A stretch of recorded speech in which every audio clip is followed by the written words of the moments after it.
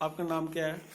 मेरा नाम डॉक्टर कुलदीप सिंह बुआना किठानिया, जिला कैथल, हरियाणा हरियाणा से। भारत से हूँ।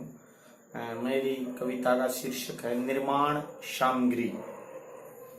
हम इतिहास की ओर धकेले जा रहे हैं या इतिहास लौट के आ गया है हमारे बीच। सापेक्ष हो गई हैं सभी चीजें, जिंदा हो गए हैं कुछ प्रेत फिर से। कुछ शैतानी रूहें निकलती हैं आखेट को, दिन दहाड़े आधी रात को। उनके लिए शिकार मिलना महत्वपूर्ण है, वक्त का पहरा मायने नहीं रखता।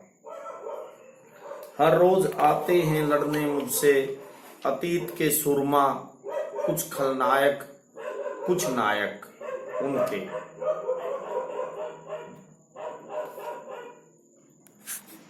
लड़ता हूं भिड़ता हूं कई बार,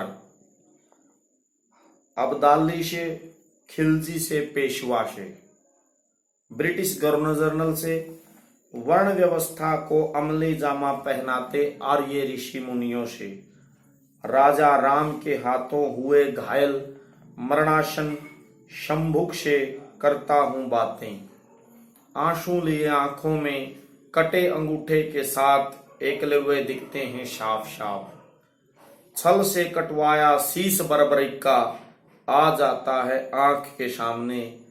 मीरा की पीड़ा से गुजरते हुए, द्रौपदी के सवालों को सुनते हुए, पत्थर अहिंसा है उपस्थित मेरे सामने। लड़ती हुई रजिया सुल्ताना से मिलकर रानी झांसी का पराक्रम घटित होता है रोज मेरे सामने। अतीत के ये किरदार मेरा वर्तमान बन गए हैं। मेरा भविष्य अतीत में पीछे की ओर स्पीड से दौड़ा जा रहा है। मैं तुम्हें ढूंढ रहा हूं इस अतीत वापसी के अभियान के बीच। तुम्हारे मार्फत खुद से मिलना चाहता हूं, उस अक्षण से मिलना चाहता हूं जिसमें तूने मुझे इतिहास निर्माता बनाया और खुद इतिहास के लिए निर्माण सामग्री बन गई। क्या इसमें आपने दर्शाने की कोशिश की है, लोगों को समझाने की कोशिश की है? देखो, ये सवाल तो जो आपने मेरे से पूछा बेसिकली पाठकों से पूछना चाहिए कि आपने ये कविता के माध्यम से क्या मतलब एक समझा या क्या है इस कविता में। क्योंकि अगर किसी कवि को कविता की व्याख्या करना पड़ी तो इसका अर्थ है कि कविता अधूरी है, कवि अपनी बात कहने में मतलब सक्षम नहीं हो पाया। सवाल है कविता लिखने का उद्देश्य या कोई रचना प्रक्रिया, उस कंटेक्स्ट में बात हो सकती है। तो मतलब मेरा जो मानना है कि जो भारतीय समाज की मनोदशा है आज, या जो भारतीय समाज जो रूबरू हो रहा है सच्चाई की, जो एक पृष्ठभूमि में खड़ा है और जो मैंने महसूस हुआ वो मैंने लिखने की कोशिश की है। इसमें जो मेरा दिमाग है, मैं सही भी हो सकता है गलत भी हो सकता है, तो उसका फैसला पाठक करेंगे। हाँ, अगर इस कविता को पढ़ने के बाद कोई सवाल है या कैसे है नहीं है, मतलब उस पर मैं बात कर सकता हूँ। और ये जो कविता है असल में ये इतिहास से जुड़ी हुई कविता है, ये कोई सिर्फ कल्पना नहीं है।